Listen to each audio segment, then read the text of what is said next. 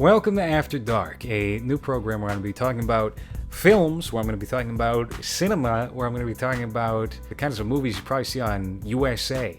I did get a hold of Easy Rider, and this was a used Blu-ray I found at Newbury Comics in Massachusetts. It was only $14, and I was like, I haven't gotten the Criterion in a while. Why not give it a shot? I do like Dennis Hopper. That threw him in the scene. Who? Something clever like that. When he You says, know "Who why? are you?" You Why know didn't you say, why? "Who are you?" Because I haven't learned my lines yet. I know that's you've had him why. for 5 days.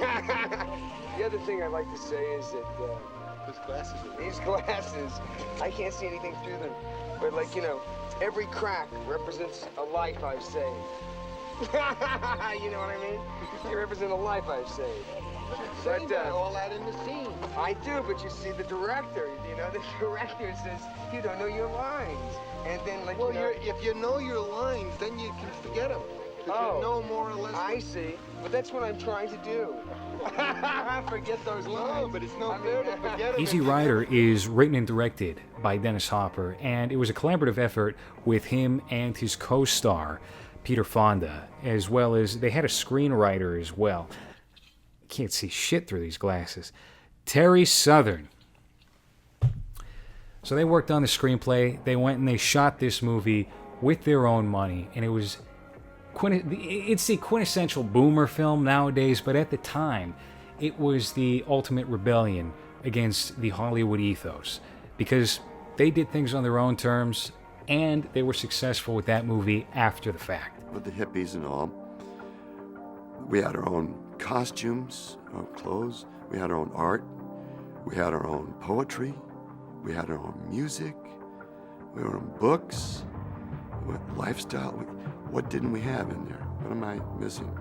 We had our own plays. We didn't have our own movie. There was an audience out there that had never really been addressed, which was the young audience.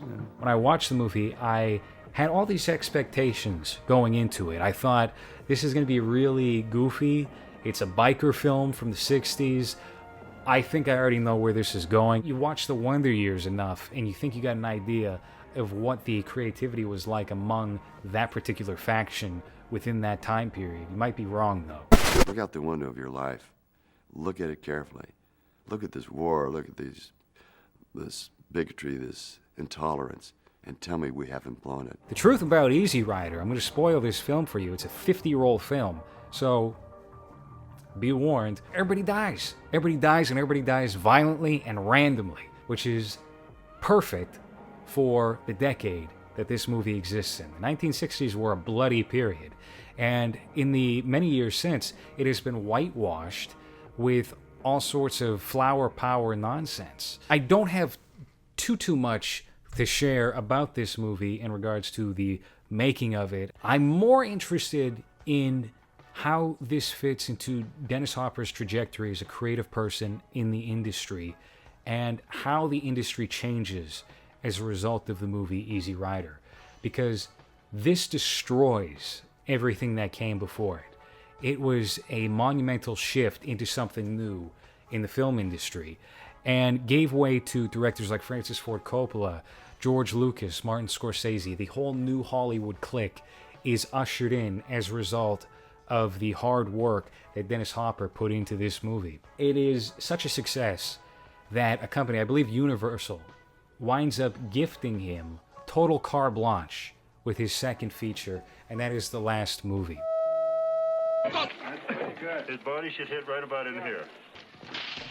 I want it legitimate and different and better than it's ever been done. When I squeeze off a couple of shots at you, you take it, hit it, and hit it hard. I want balls when you die. All right, let's roll them. All right? Action.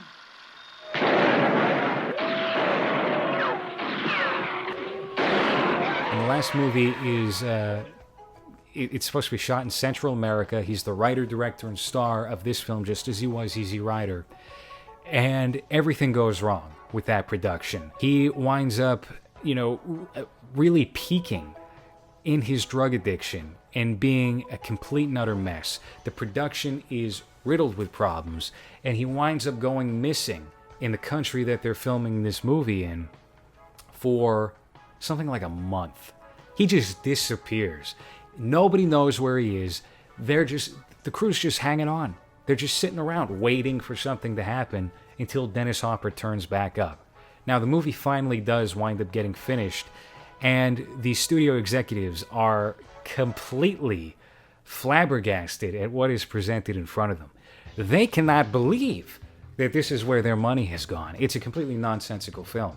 It breaks the fourth wall in its final moment, something that really hadn't been done to that point in a serious movie. Dennis Hopper's career goes up in flames as a result of his actions on the last movie and the general reception when this film is released. It is toured to college campuses prior to getting a theatrical run, because Easy Rider was a movie that struck a chord with the youth. And they had the exact opposite reaction with this movie. So the critics don't like it, the audience doesn't like it, the studio is pissed. Dennis Hopper is effectively blacklisted from Hollywood. He's not given an easy time whatsoever trying to pop up in any sort of studio films. Now, he was friends with Francis Ford Coppola and gets a role in Apocalypse Now, and winds up doing bit parts here and there on the way up to about 1986, where he really makes a resurgence and returns to full form as a creative person, as an actor primarily. He does get some directing jobs in the interim of that time before he gets Blue Velvet with David Lynch, and does a movie called Out of the Blue, a sharp shock to complacent faith in civilization, which is hard to find. There used to be a YouTube copy that was either a VHS rip or a very poor DVD rip. It's a chaotic film. It's a strange film because it starts off as a family drama where Dennis Hopper goes to prison for drunk driving, and he plows his vehicle into a school bus and wipes it out. He goes away for some time and returns only to have an even more dysfunctional family than what we can presume was the case before. There's a lot of odd, troubling, incestuous themes with the family dynamic between his character and his daughter, and the mom and the friend who's just a creep. He's lingering around the family at all times. Very bizarre. But then it turns into something almost cartoonish, where she winds up murdering her parents, and it's completely out of nowhere. It's like the last 15 minutes of the film are of a completely different movie entirely. But you got to respect that kind of creative decision making, because you would never find that now. Maybe not a perfect movie, maybe not a very good movie, but like the last movie, it's interesting, and it stimulates something in your brain when you watch it. Easy Rider, I would say, is his best film. It's probably his most commercial film, ironically. There's just a number of fascinating creative decisions that I think make this movie what it is. And it is worth your time, absolutely.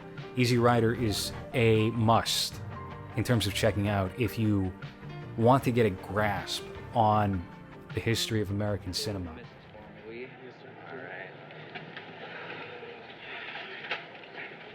Here's the first of the day, fellas. Dennis Hopper is somebody who deserves a lot more credit. He is one of the great American filmmakers. I consider him one of the 7 pioneers of American filmmaking because he did usher in a new way of how to do things. The 7 pioneers of filmmaking. Orson Welles, one of the all-time great filmmakers, maybe the best. John Ford, King of the Western. That man, technically speaking, is probably the greatest filmmaker. Probably knew the most about movie making, more than anybody else. Directed, I think, I might have this wrong, I think he directed over 100 movies. Can you imagine? Can you fathom that? It's taken me a year to make a movie. Your average filmmaker needs a year, a minimum of a year, to make a movie. Over 100 movies. I might be making this up in my head. I don't know. Somebody take a look at his IMDb. Let me know. Over 100 movies. He only lived to like 70 years old. Crazy. Some of them were lost to time because he started in I believe, the silent era. Some of them are lost to time. We'll never see them. Never see them. D.W. Griffith, John Cassavetes, Francis Ford Coppola, that's another one. Dennis Hopper.